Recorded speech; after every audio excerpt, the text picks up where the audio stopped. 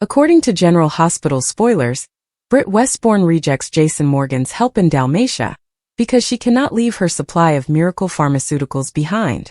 Will she insist that Jason return to Port Charles alone? Anna Devane believes Britt is being forced to assist in a project operated out of the Five Poppies Resort, and that she may be there against her will.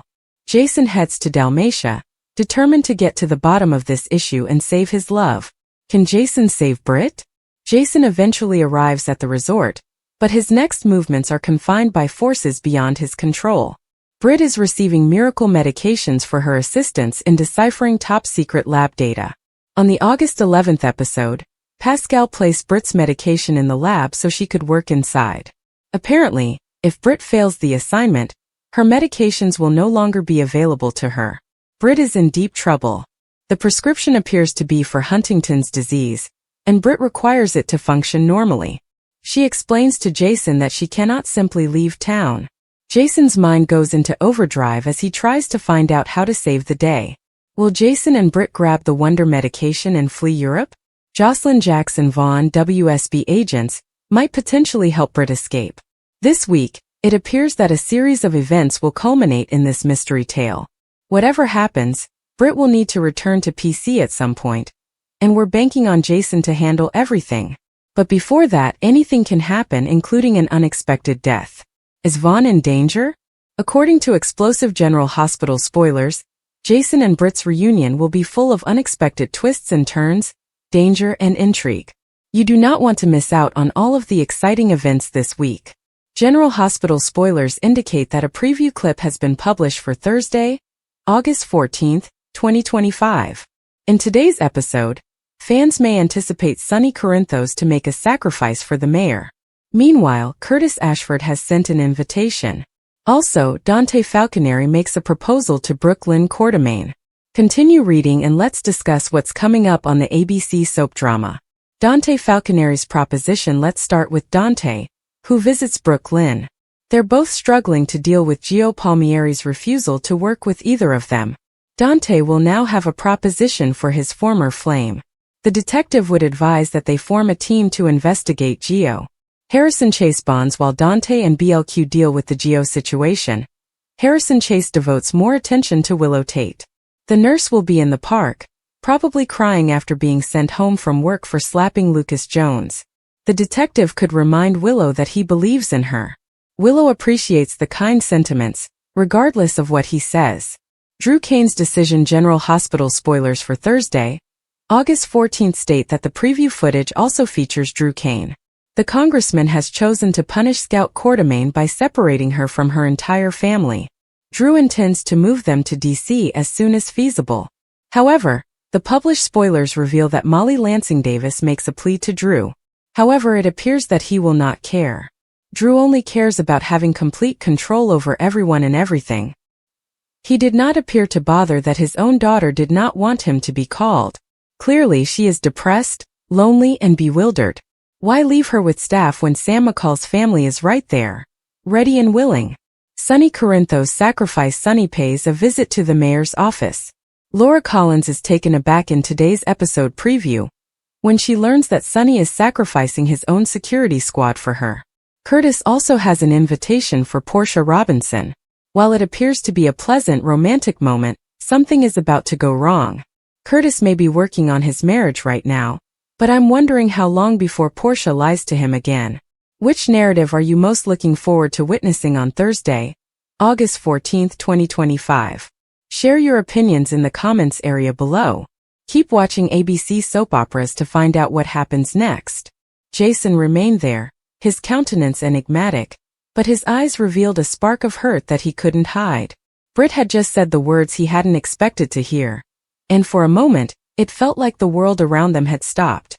She took a step back, not because she was terrified of him, but because she needed the space to avoid breaking down in front of him.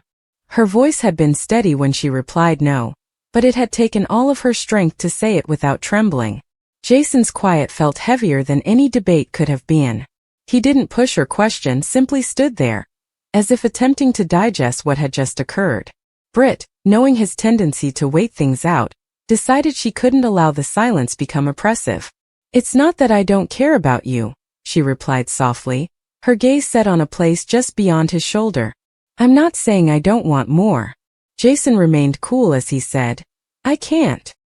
He wasn't the sort to demand explanations, but the way she stood, arms crossed tightly over her chest, shoulders tense, suggested she was concealing something. Britt despised herself for even being in this position. She'd considered this scenario numerous times, envisioning how it could play out if Jason ever revealed that side of himself to her. In those private daydreams, she was always the one to say yes, to move closer rather than away. However, reality has a terrible way of altering the script.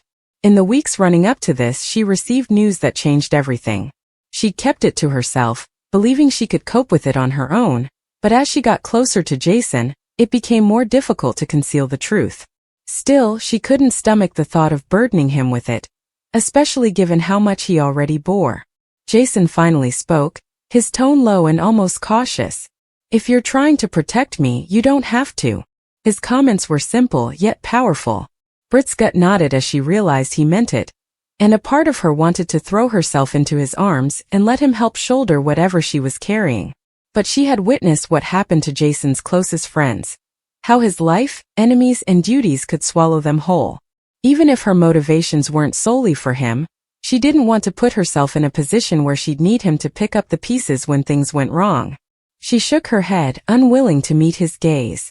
It is not about protecting you. The phrase "it's complicated" didn't adequately express her emotions. Jason didn't push again, but she could see he was studying her, looking for any sign that may give him a hint. Britt could feel pressure swelling inside her chest, a maelstrom of feelings she couldn't express.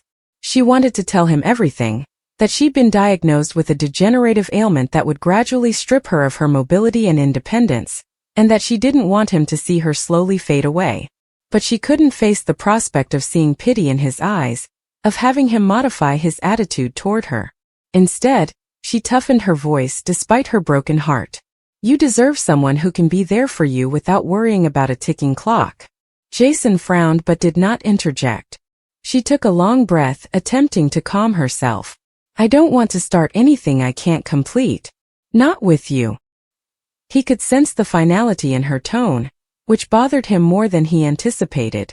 Jason wasn't used to being told no, especially by someone he'd grown to trust and care about. His life had been full of complexities, and he'd never been the kind to flee them, but Britt's walls were high, and right now, he couldn't find a way to climb them. Still, he couldn't resist the suspicion that there was more to her decision than she was revealing. Britt glanced away, pretending to be preoccupied with something on the counter, but her hands shook. She recalled all the times she had seen Jason walk into danger without hesitation, putting himself between the people he cared about and the rest of the world. He was the type of man who would stay no matter how chaotic things became. That was precisely why she couldn't allow him in. If she let him, she knew he would never leave. Not when things got bad, not even when she told him to, and she couldn't bear the thought of him seeing her deteriorate. Jason took a step closer, his voice softer now. If something is wrong, you can tell me. It wasn't a demand, but an offer. But Britt understood that accepting it would entail opening a door she wasn't ready to walk through. She forced herself to meet his stare for a brief period, and the look in his eyes nearly destroyed her. He was stable and unwavering, just the kind of presence she had always desired in her life. And perhaps that was the issue. Once she let herself rely on him, there was no turning back. You've got enough to deal with, Jason, she finally murmured, barely audible. Don't make this any harder than it has to be. It wasn't fair to him, but it was the only way she knew to protect them both. Jason did not argue, but the disappointment in his eyes was obvious. For a man who had faced death countless times without fear, heartbreak was a wound that went deeper than any bullet. The stillness between them extended again, and Britt wished she could go back in time, erase the last 5 minutes, and pretend this conversation never occurred. But she understood that once the words were spoken, they could not be taken back. Jason's jaw tightened and she thought he was going to say something, ask one more time, give her a reason to reconsider, but instead he simply nodded. It was a subtle, controlled action that felt like a door closing. Britt watched him turn and depart, each step reverberating in the empty distance between them. She waited until the door closed before settling into the nearest chair, her hands covering her face. The weight of what she'd done fell on her, and she wondered whether she'd just made the worst mistake of her life. She kept telling herself that this was for the best. It needed to be. Jason, meanwhile, stepped out into the chilly night air, the silent streets providing no solace. His imagination repeated the conversation over and over, each word from Britt sounding as if it contained a second, hidden meaning. He'd been in enough situations to recognize when someone wasn't speaking the full truth, and Britt's refusal was laced with far too much grief to be purely about compatibility or timing. He wanted to go back, knock on her door, and refuse to leave until she told him everything, but he knew Britt well enough to see that pressing her now would only cause her to shrink deeper. Back inside, Britt brushed away her tears and attempted to breathe normally. She convinced herself that she had done the right thing, and that Jason deserved someone who could provide him with a bright future. But deep down she couldn't ignore the sorrow in her chest, the part of her that wanted to think he would have stayed anyway. That part of her suggested that maybe she had underestimated him, and herself. But for the time being she buried that voice, along with all the other emotions she couldn't bear. The tension in Port Charles had been slowly building, threatening to erupt into a firestorm of decisions, sacrifices, and surprising alliances. Sunny Corinthos was at the center of it all, not by choice, but because life always seemed to come back to him when the stakes were high. He knew what was coming. He could feel it in his bones. There was a threat approaching, a silent storm that would not reveal itself until it was already on top of them. He'd been in this world too long not to notice the symptoms. His instincts shouted for action, but this time the action he was pondering came at a high cost that could permanently alter his life. It wasn't the first time Sunny had been forced to give up something valuable for the sake of someone else, but this was different. This time there were no clear distinctions between business and personal. Everything was intertwined. To protect the people he cared about, Sunny would have to put himself in harm's way, and not just metaphorically. There was talk of making a deal with someone who had the power to throw everything into disarray, but doing so meant giving up on aspects of his life that he wasn't ready to forfeit. He held it close to his vest, allowing only hints in conversation, but those closest to him could sense the weight on his shoulders. Meanwhile, Dante Falconeri, Sunny's son and a guy with his own moral compass, was negotiating a difficult situation.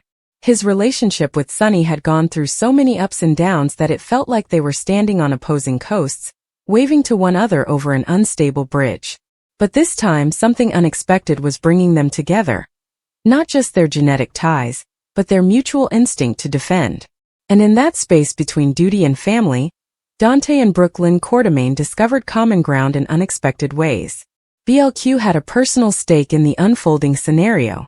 She'd always been a fighter, obstinate and unapologetically herself, but recent circumstances had forced her into situations where charm and fast thinking were insufficient. She discovered, sometimes the hard way, that partnerships may mean the difference between victory and calamity. Dante, with his solid presence and sound judgment, was the ideal counterweight to her high-energy, quick-reacting nature. The two of them began silently cooperating, sharing information and making modest movements that may go unnoticed by others, but will eventually create a broader strategy. What began as cautious cooperation evolved into something more. A true partnership. Chase too saw a shift in his ties. His relationship with BLQ had been developing for months, full of potential but burdened down by the realities of their personal and professional lives. He had recently started talking more with Willow. It wasn't romantic, at least it wasn't what each of their hearts desired, but it was undoubtedly intimate in ways neither had anticipated. Willow had been through her own set of storms, and Chase had been there for some of the worst of them, first as a loving partner, then as a staunch friend. They had a comfortable talk because of their shared history and mutual respect. Their conversations ranged from the practical, updates on persons they cared about, concerns about what might happen next, to the intensely personal. Willow found herself confiding in Chase about topics she wouldn't usually tell Michael, not because she didn't trust her husband, but because Chase listened without judgment or agenda. He reminded her of who she was before so much grief had changed her, and in that reminder, she discovered strength she hadn't realized she lacked. Chase, in turn, absorbed something from Willow that helped him feel grounded in ways few others could. She saw his subtle feeling of duty, the burden he felt as a guy who frequently prioritized others above himself. Curtis Ashford was also manipulating pieces in the background, but his method differed significantly from Sonny's. Sonny plotted in the shadows and weighed sacrifices, while Curtis offered an outstretched hand. He'd seen his circle of friends and family erode over the last few months, and he knew that isolation made individuals even more vulnerable. So he decided to do what he does best: bring people together. His proposal was simple in principle but grandiose in execution. Arrange a meeting, an invitation-only event where walls could be broken down and conversations could take place in person rather than via whispered updates or heated phone calls. He knew it wouldn't cure everything, but proximity had the power to break down boundaries that words couldn't. The invitations were sent quietly, with no showy fanfare, just a personal message from Curtis to each person he wanted there. His objective was to bring people together long enough for understanding to take root, or at least for new relationships to emerge. The idea was both social and strategic. Curtis believed that the more his friends and allies perceived themselves as part of a larger community, the stronger they would be when adversity struck again. Sonny received his invitation with mixed emotions. On the surface, it was merely a social event, but Sonny knew Curtis well enough to suspect there was a deeper motivation. The timing was interesting. Curtis reached out just as Sonny was considering a decision that would alienate him from everyone in the room. Dante encouraged him to go, implying that showing up would signify more than Sonny thought. And perhaps, Dante reasoned secretly, if Sonny was in a room with the proper people, he would see another route forward that did not require him to sacrifice so much of himself. BLQ's response to Curtis' request was immediate. She accepted. She wasn't one to pass up an opportunity to assess the situation and position herself correctly. She also saw it as an opportunity to spend more time with Dante, outside of the normal tense situations. For her, the meeting may also serve to strengthen some alliances, particularly if trouble was looming. She began to consider who she would invite into side talks, who she should avoid, and who might require a gentle reminder to join forces when the time came. Willow was more hesitant.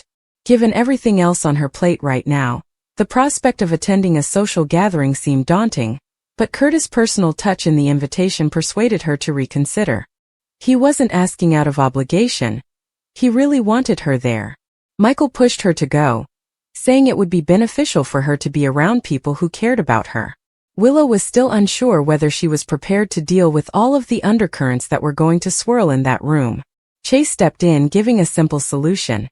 He'd go too, and they could watch each other's backs. It wasn't about requiring protection. It was about having someone close to help make the evening feel less like crossing a minefield. As the date of Curtis' event approached, the connections between all of these people became stronger. Sonny's decision weighed heavily on him, but at quiet moments he found himself reflecting on what Dante had said, about the importance of showing up even when you were unsure you wanted to. Dante and BLQ continued their subtle collaboration, each aware that a bigger image was emerging, even if they couldn't see all of the borders yet. Chase and Willow's chats became more in-depth, addressing both future hopes and past shadows. And Curtis, working behind the scenes, ensured that everything was in order, from the setting to the guest list to the tiny details that would make attendees feel welcome and comfortable. When night fell, the layers quickly began to reveal themselves. Sonny strolled in with that distinct air of quiet dominance, surveying the room and reading the dynamics before speaking to anyone. Dante was already there, conversing to BLQ near the bar, their heads close together in what appeared to be an intense but amicable conversation. Chase and Willow stood to the side, speaking with a few people while keeping a close eye on the room. Curtis walked through it all with practiced ease, making introductions, smoothing out awkward silences, and ensuring that no one felt excluded. Conversations shifted in waves. Sonny soon found himself speaking with Curtis in a quieter area, the kind of conversation where half the significance was in what wasn't spoken. BLQ moved between groups, charming and strategic in equal measure, while Dante kept a low-key eye on potentially contentious exchanges. Chase and Willow discovered genuine laughter, little pockets of calm in an otherwise tense environment. By the end of the night, nothing had been completely settled, but something had shifted. Connections had been strengthened, new lines of communication had been established, and even Sonny, who was still burdened by the decision ahead, sensed a glimmer of hope that there could be another path forward. Dante and BLQ left with a clearer sense of common purpose, Chase and Willow with a stronger link, and Curtis with the quiet satisfaction of knowing he'd done his part to keep the circle from splintering further. The road ahead was uncertain, but at least for one evening they had stood together. In Port Charles, perhaps this was the most critical step of all.